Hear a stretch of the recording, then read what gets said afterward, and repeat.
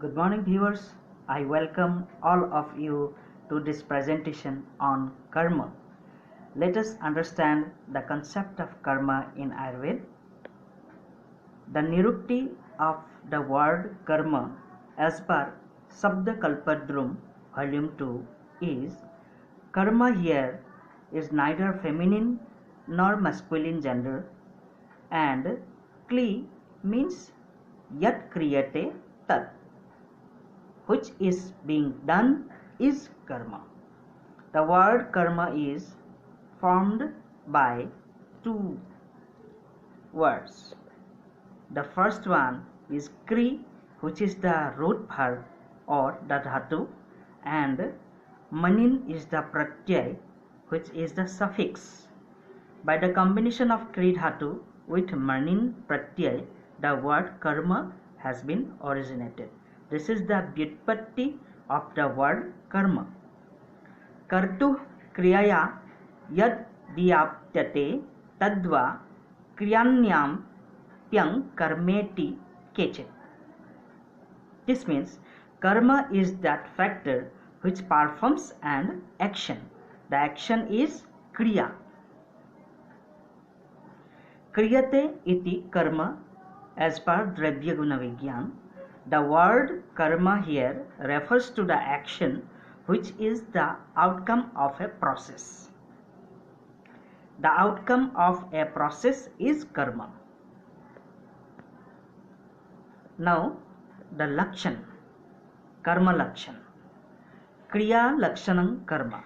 As per Rasa Vaisheshik, kriya, that is performance itself, is a characteristic feature of karma.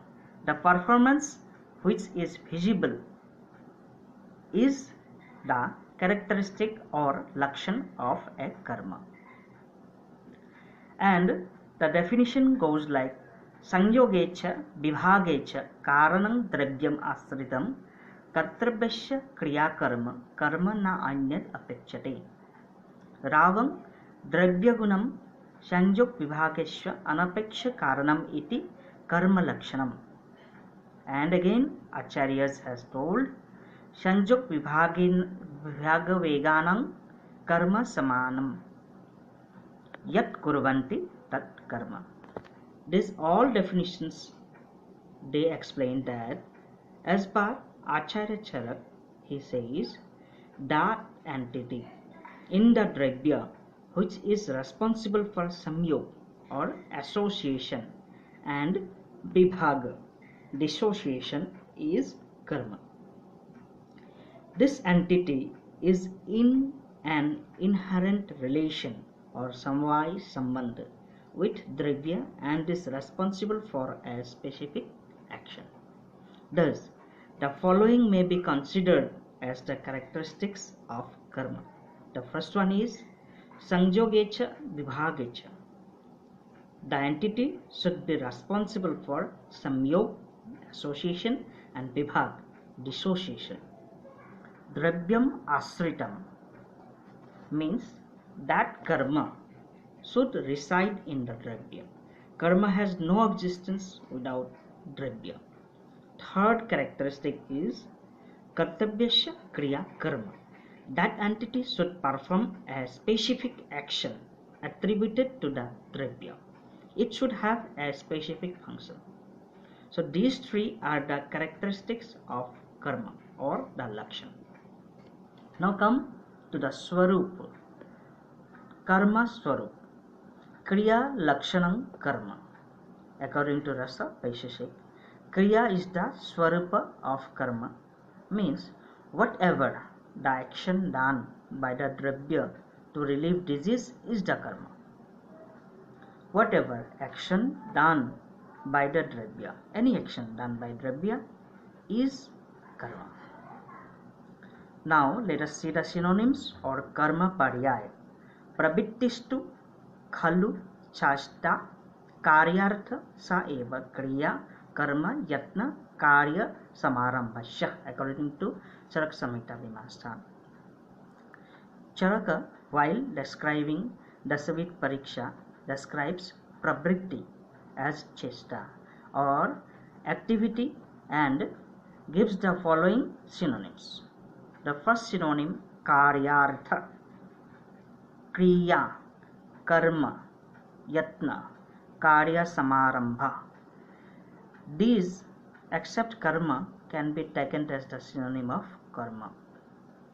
Now let us see the Vedas, the classification of karma. There is no clear-cut reference for the types of karma in classical literature, so we can compile different cross-references and bring it under the heading. The first classification, samsodhana and samsamana. The second classification, antah parimarjana and bahir parimarjana. Third classification, sthanika karma and sarvadehika karma. Fourth, mukhya karma and gauna karma. Charak Samhita opines that there are three means by which karma is produced. Those are Dravya Prabhava, Guna Prabhava and Dravya Guna Prabhava. The first one, Dravya Prabhava, because of its strength, Dravya give rise to a karma.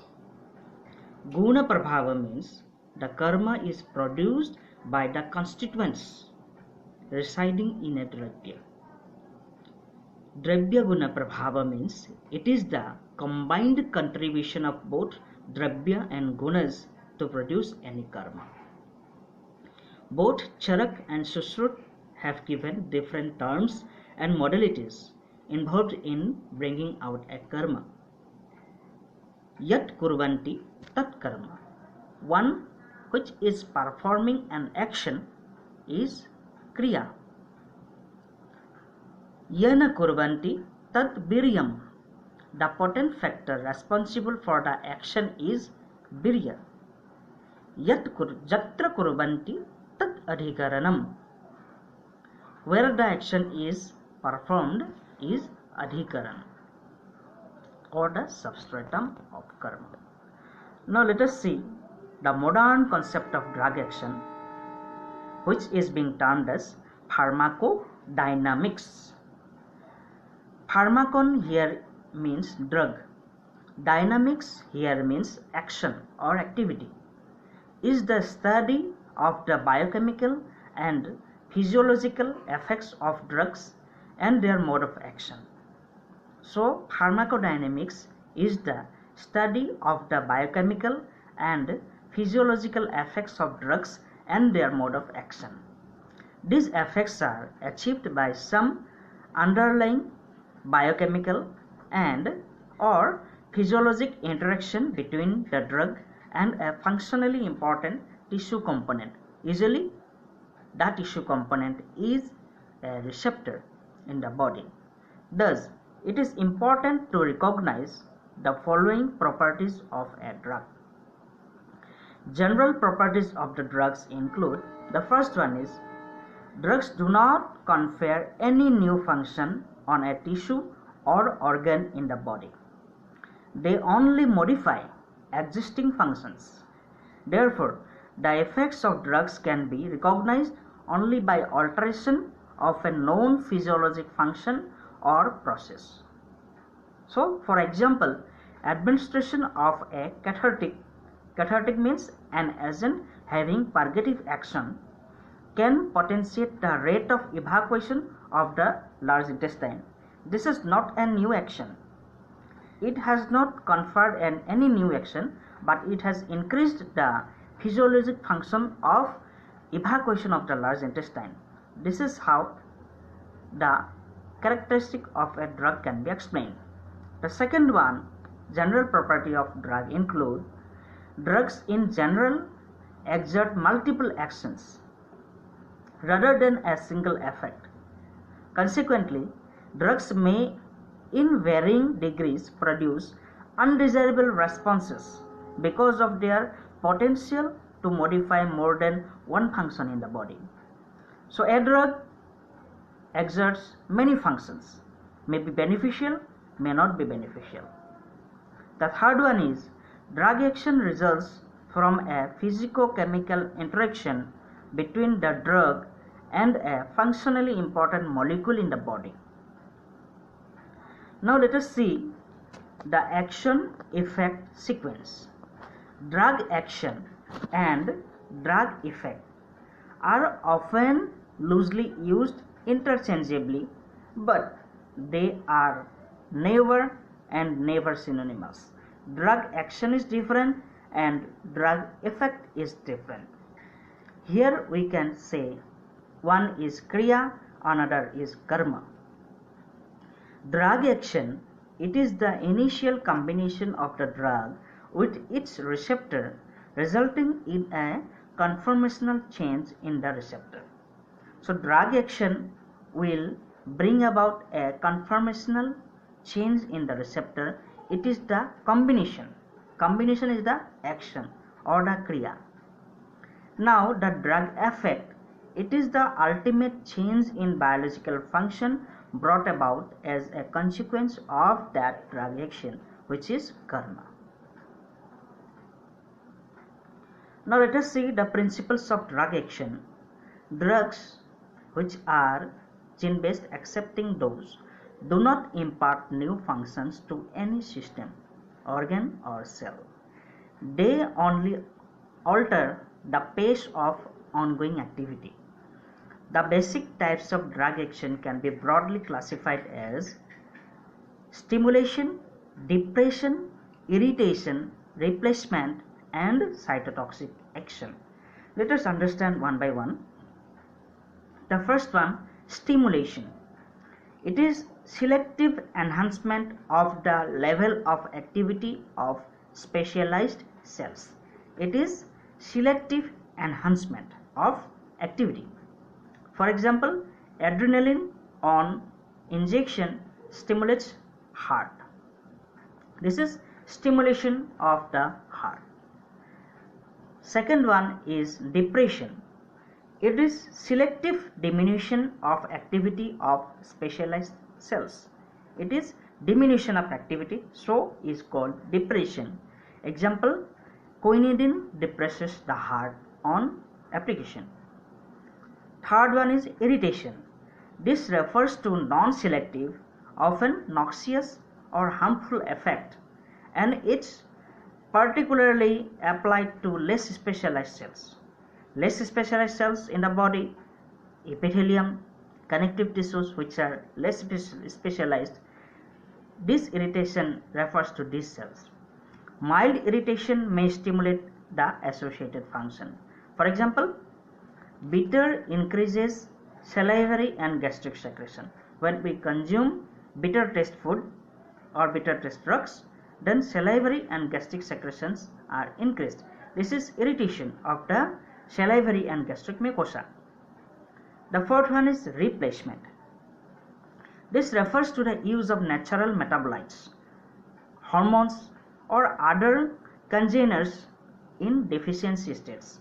Let us see one example to understand it. Insulin in diabetes mellitus and iron in iron deficiency anemias. This is replacement of iron and replacement of insulin in their deficiency status. The fifth one is cytotoxic action. Selective cytotoxic action for invading parasites or cancer cells, killing them without significantly affecting the host cells. This is cytotoxicity. Cytotoxicity towards the parasites, cytotoxicity to the cancer cells without harming the host cells. For example, penicillin is an antibiotic which kills parasites. Now let us understand the site of drug action or adhikaran. Two drugs may exhibit the same effect, but their site of action may differ. For example, the site of action of pilocarpine for producing meiosis is the circular muscle of iris. Pilocarpine acts on the muscle of iris so that meiosis occurs.